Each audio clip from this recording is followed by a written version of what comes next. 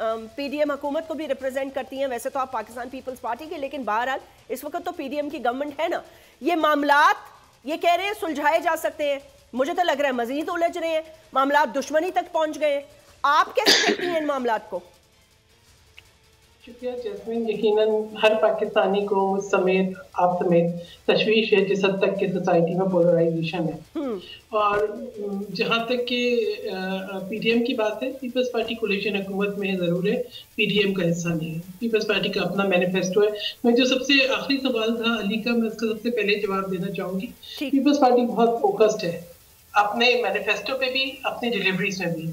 आप ये देखिए कि मुसलसल जो है आज भी पीपल्स पार्टी के चेयरमैन बिलावल भुट्टो जरदारी ने जो इन्फ्लेशन है उसको लेके मीटिंग की है। हम हर कोई सत्ता पे कोशिश कर रहे हैं, इतना जो सैलाब के बाद तबाहियां आई, किस तरीके से हमने अपने लोगों को रिलीफ पहुंचाना है, घरों की तामीर है या उनको जो है सब्सिडीज देनी है या आवाम के लिए सहूलतें लेकर आनी है या ट्रांसपोर्टेशन का सिस्टम है या हेल्थ का है। पीपल्स पार्टी आपको मुतहर्रिक भी नजर आ रही है और फाल भी नजर आ रही है। और चाहे अगर हम ये कहें कि वजीर खारजा जो हमारे चेयरमैन है पाकिस्तान पीपल्स पार्टी के बिलावल भुट्टो जरदारी, वो जिस तरीके से मुतहर्रिक तरीके से पाकिस्तान के लिए सिफारतकारी कर रहे हैं वो भी काबिल तहसीन है। अब जो बाकी जो मैं समझती हूँ कि ना मुझे कभी मैं इस बहस में पढ़ना चाहूंगी कि किसके जलसे में कितना क्राउड था, ना मैं इस बात पे कि जो जिस किस्म का बयान राना सनाउल्लाह ने दिया यकीनन उनकी क्या सोच होगी। पीपल्स पार्टी जो है वो हमेशा बातचीत और गुफ्तगू पे यकीन रखती है। और मैं समझती हूँ कि जितना जो इमरान खान साहब का ये कहना है कि जी असेंबलियां अगर ना रिजीम चेंज ना होती, तो मैं कहूंगी कि इमरान खान साहब आप वो बुर्दबारी दिखाते जो शहीद बेनजीर भुट्टो साहिबा ने दिखाई थी और नो कॉन्फिडेंस वोट का सामना बड़े बावकार तरीके से किया था। आपको किसी ने ये नहीं कहा था कि अगर आप वजीर आजम ना रहें तो असेंबलियां भी ना रहें। ठीक है, आपका काम था कि आप असेंबली के मेंबर थे, आप और आपके बाकी तमाम मेंबरान असेंबली में बैठते और एक अपना फाल किरदार अदा करते। लेकिन ये चीजें पास्ट में चली गई है ना सहर, इनसे अब इस वक्त इस करंट सिचुएशन का क्या ताल्लुक है? सुप्रीम कोर्ट आपने बात की, आपने बात की तो मेरा जवाब देना बनता है। जी जी मैम, देखिए ना, मैं इसलिए अगर ये बात ना होती तो मैं बिल्कुल नहीं जाती, क्योंकि हमने तो 17-18 साल की उम्र से ये तमाम जुल्म जबर देखा है। हमने तो इमरान खान साहब की दौरे हुकूमत के अंदर जिस तरीके से, मैं वो भूल नहीं सकती, जिस तरीके से फरियाद तारफूज साहिबा को ईद की रात अस्पताल से ड्रैग करके ड्रिप निकाल के फेंक के डॉक्टरों की एडवाइस के खिलाफ जो मैनुअल है जेल उसके खिलाफ वायलेट करते हुए जो है जेल शिफ्ट किया गया। साबिक सदर आसिफ अली जरदारी को जो है नमाज पढ़ने नहीं दी गई ईद की, जो इंसुलिन रखने के लिए रेफ्रिजरेटर नहीं दिया गया। सैयद खुर्शीद शाह की आज आप हालत देखें कि उनकी सेहत किस नहज पे पहुंच चुकी है, उनको गिरफ्तार किया गया, 3 साल तक गिरफ्तार रखा गया।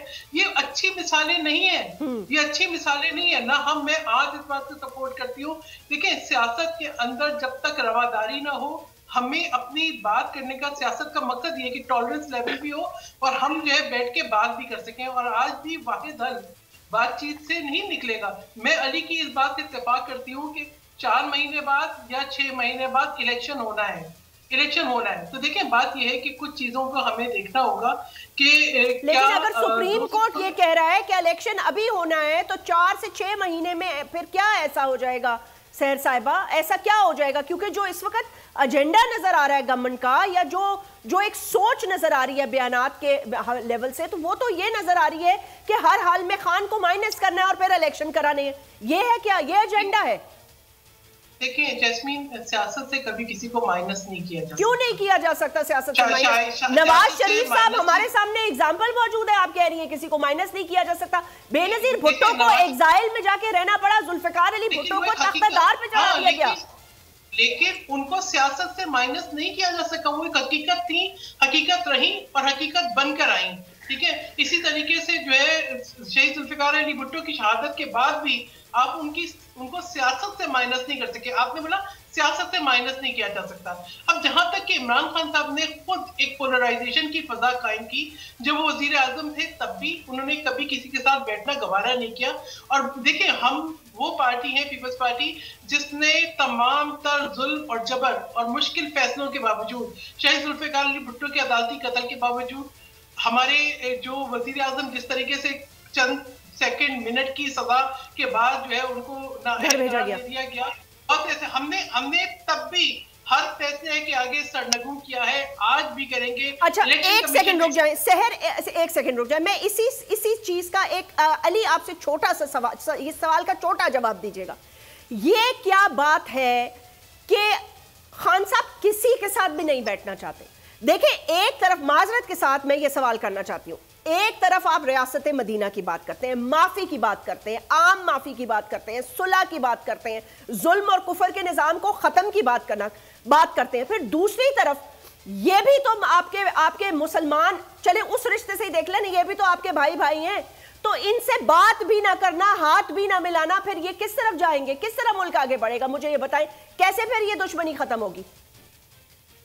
मैं समझता हूँ आज की तारीख में ये सबसे अहम सवाल है और मैं आपको अप्रिशिएट करता हूँ।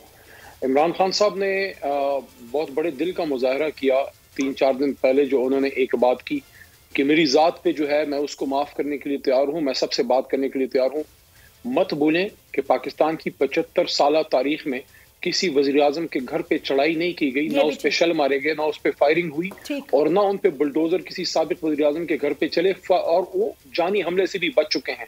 तो अपनी ज़ात की हद तक तो उन्होंने बड़े खुले दिल का मुजाहरा किया है और शो ऑफ स्ट्रेंथ करने के बाद ये बात की है, यानी कि हम कोई भीख नहीं मांग रहे गुफ्तगू की। ये आपने कल लाहौर देखा है, ये जितने पॉलिटिकल वर्कर्स हैं, सहर बीबी भी पॉलिटिकल वर्कर हैं और आप कवर करती हैं, मैं इसको ज्यादा अप्रिशिएट करता हूं कल के जलसे को कि मैं मीनार पाकिस्तान में बेशुमार बार हम यहाँ इकट्ठे हुए, एक फेस्टिविटी होती थी, लोग फैमिलीज आ रही हैं, कारकुन रैलीज निकाल रहे हैं, खैबर पख्तूनख्वा से भी लोग आ रहे हैं, कश्मीर से भी आ रहे हैं। कल तो एक ऐसा था जैसे खुदा न खास्ता कोई ब्रूट फैशिज्म है, और यानी कि जलसा शुरू होने से आधा घंटा पहले तक पूरे लाहौर में बाहर किसी को झंडा निकालने की इजाजत नहीं थी। ऐसे हालात में इमरान खान साहब कह रहे हैं सबसे बात करने के लिए तैयार हूं। ठीक, अगर ये वीडियो आपको पसंद आई है तो इस चैनल को सब्सक्राइब करें और बेल आइकन को क्लिक करें। तो नजर आ रहा है सामने लिखा हुआ है जुल्म मिटने के लिए 2 चीजों से मिटेगा भाई। एक, अदल की कुर्सी पे जो लोग बैठते हैं ना, वो अदल के हिसाब से फैसले करने लगे। दूसरा, कौम निकल खड़ी उस जुल्म के खिलाफ, तो जुल्म खत्म हो जाएगा। या इन दोनों में से कोई एक चीज हो जाए या दोनों हो जाए। अगर 420 का मुकदमा था, उस वक्त अदलिया में जो लोग बैठे हुए केस देख रहे थे वो पूछते ना, यार चीट हुआ कौन है? जब उनको दिखता कोई चीट नहीं हुआ, केस खत्म कर देते। तो जालिम जुल्म कर ही नहीं पाता। 9 जजेस ने नोट बिफोर किया मेरे केस को, यार 1.5 साल चला। शख्सी जमानत का केस, सेम केस इस्लामाबाद में कर दिया। एक ही इल्जाम पे 2 केस हो नहीं सकते भाई। मतलब 60 दिन का वक्त होता है, 102 दिन के बाद मैं जीत गया, केस बरी हो गया, 102 दिन के बाद अपील फाइल की, एक्सेप्ट कर ली। नहीं करते ना एक्सेप्ट, खत्म हो जाता ना जुल्म यार। भरी अदालत में मुझे बरी कर दिया, फिर पता नहीं क्या हुआ, 2.5 घंटे बाद का नोट बिफोर, मैं नहीं सुनता ये केस। खड़े रहते अपने फैसले पे, मिट जाता जुल्म। अल्लाह ताला ने बिठाया इन कुर्सियों पे इनको यार, ये अल्लाह ताला की तरफ से फैसले करने हैं। तो या तो ये फैसले आएंगे, जुल्म मिट जाएगा, या कौम खड़ी हो जाएगी जुल्म के खिलाफ।